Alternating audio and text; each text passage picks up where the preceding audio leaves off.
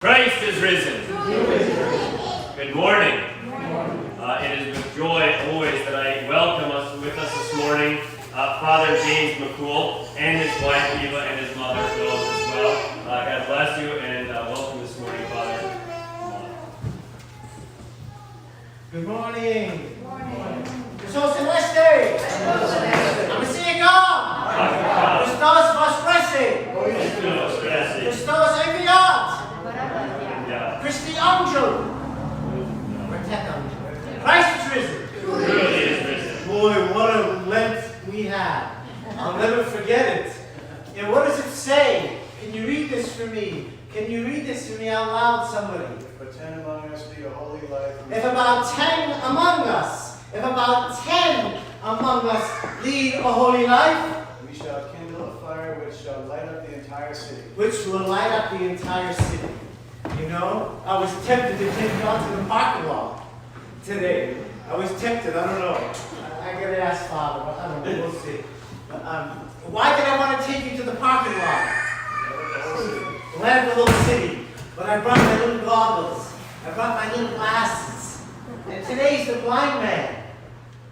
And it says on the side of these, I got these in Carbondale, Illinois. So if we went outside now, I usually do this with my missions. I take them outside, and you know what I'm going to do? I'm going to send you 3 outside, and you're going to do something for me. I want you to get on the City Hall. So when you stand up, these have been clean, by the way. So I want you to go outside and take a second into the parking lot. We'll wait for you. And I want you to try to maybe tell me something about the sun by looking up. It's really beautiful today. Usually I do this and it's a bummer. A big cloud goes over the sun. But I want you to walk outside, take a look without just for a second, and then put those on, and then take a good look and come back and tell us what you saw. So I got these glasses. Usually I would take all of you out, and you can look up and you see, look at God up there. But you see the most amazing vision of perfection. But if I took you outside now without some help, what would happen? What would happen? How much damage would take place? So what did you see? A little orange dot. You saw an orange ball. Now, was it perfectly round? Absolutely. Was it perfection? Let me ask you something. Could you have done that? If I sent you out there and said, I need you to tell me about the sun. I need you to tell me what it really looks like. Give me some characteristics. Take a look and give me some vision. And how could you really see? You'd be damaged. But wasn't it beautiful? Have you ever seen such a sight? Did you have these goggles when you were when the thing came last year, 2 years ago? We were right in the middle. And like in Carbondale was the center. So I went to the Carbondale Hardware, Ace Hardware. And I said to the man, I'm blind. I am blind without some help to see this vision. And it would do great damage to me.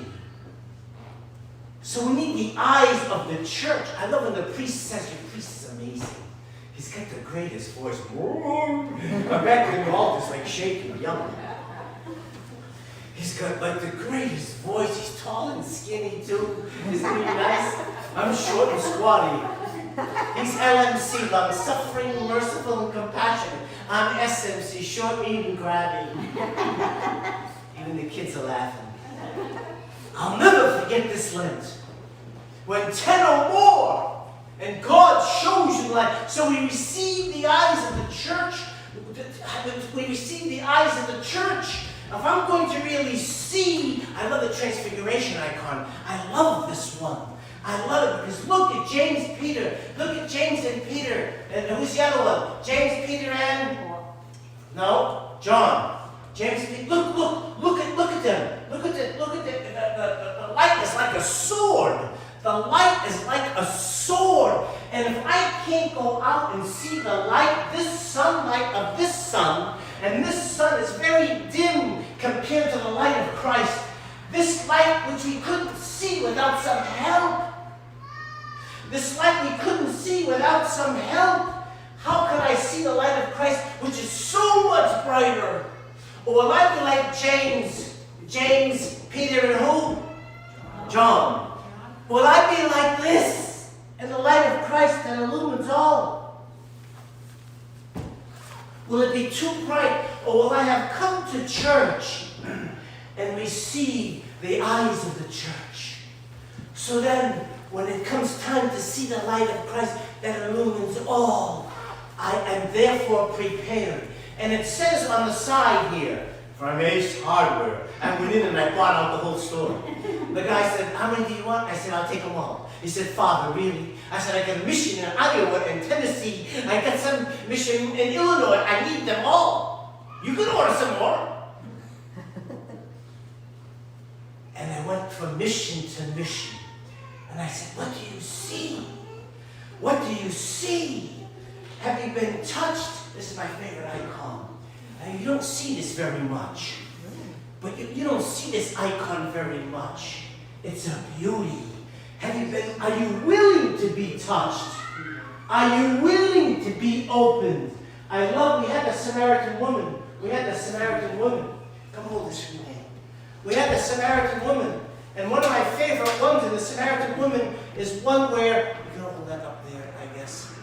One there is where he is struggling. There's like a meeting. I'm going to try to show you all.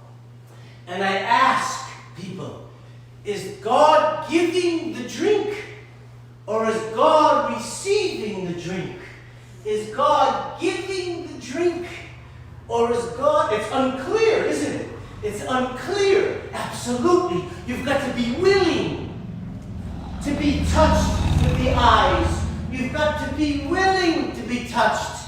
You've got to be willing to give a drink as well. What did he say to the woman? Can you give me a drink? And it said on the cross, I thirst for you. He said on the cross, I thirst. For what? That you will thirst for me. That you will thirst for me.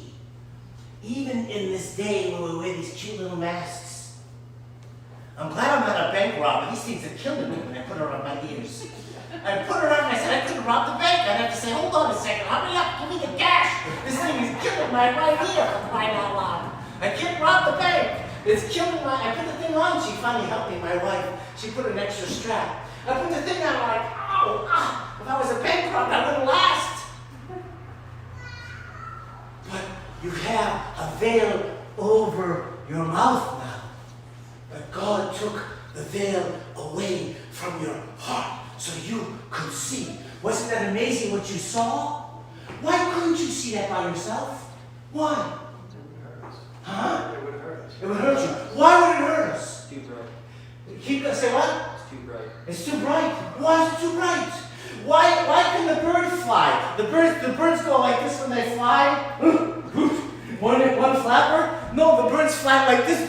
How come the bird could look up? I took a food for the cat and I put it up by the sun and the cat's going, and I'm going, sheesh. And the cat's going, why could the cat look up? I took it for the dog. I put the dog food up in the air. And I said, here, dog, woo.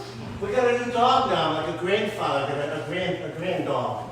My daughter's got a dog. So it's called Joey. When I held the food up and Joey's looking up into the sun, eating the food, I couldn't. Why can I not?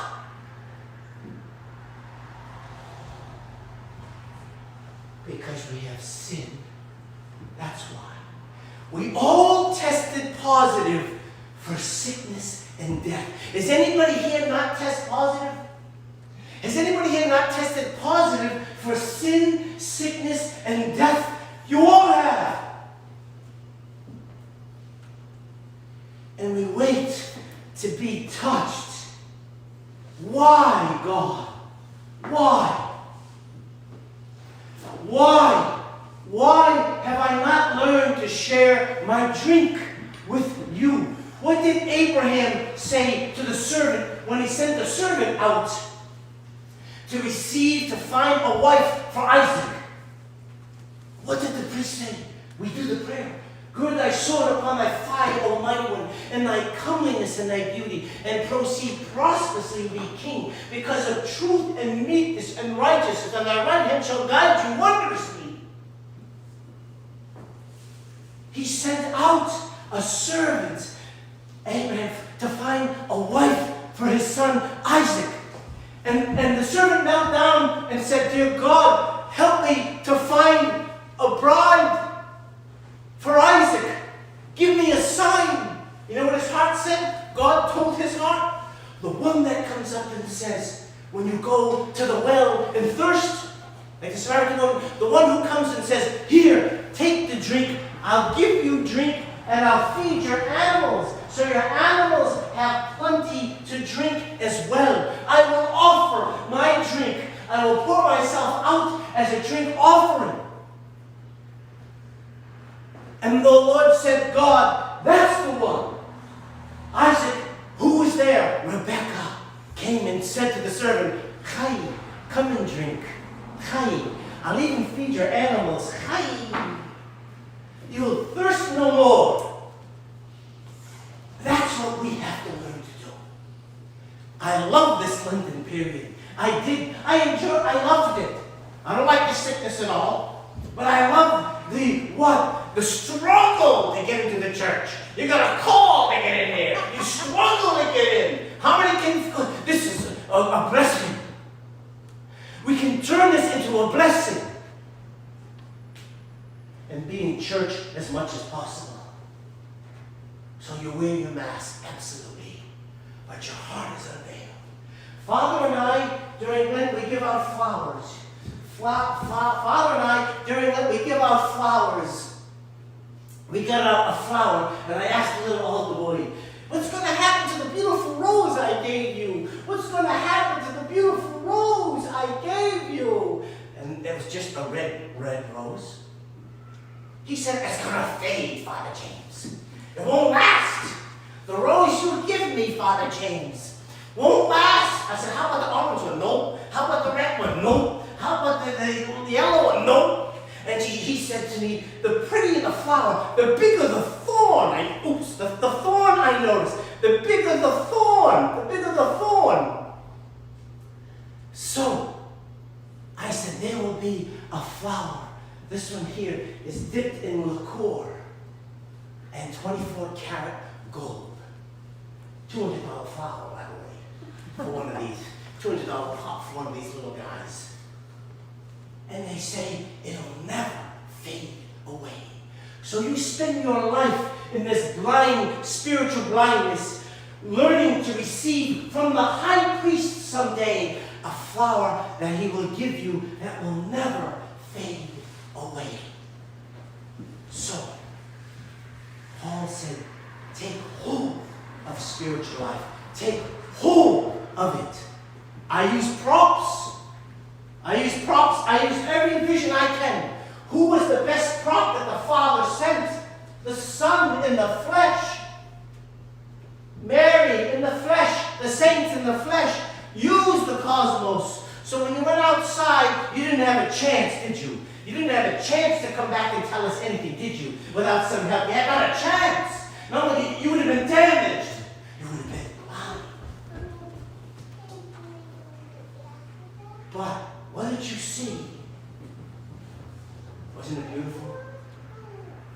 Wasn't it beautiful? They saw something beautiful.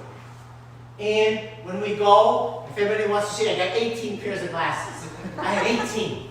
I got 18 left. I thought, should I take you all outside? And I'm really out of control. My wife would say, you're out of control. It's not even your church. It's not even your mission. They don't know you. You're going to drag them out to the parking lot on seashells. Aren't those seashells out there? Isn't that the coolest? You're out of control. Well, you know something? God has a love that's never control. It's beyond our belief. And what did you see was amazing, wasn't it? You did it so quick. I thought you'd be coming back in about now. Said my son, I go, they're coming back? Yay. Come back. They said, it's so beautiful, Father James. So if you want to take a look when we leave, come to me and I'll let you see through the eyes of the church. And you'll prepare yourself to see through the eyes of the church. Through the eyes of the church, the light of Christ that illumines all, always, now and ever, and unto the ages of ages. Amen. God bless you. Stay the course. Keep the energy. Your priest is amazing. And we'll be back, I guess, Father, Tuesday, Wednesday, and Thursday, I guess. Yes. So Father will let you know. Keep the faith. Keep your breath. Keep your sight. And God is with you always. God bless you. We love you.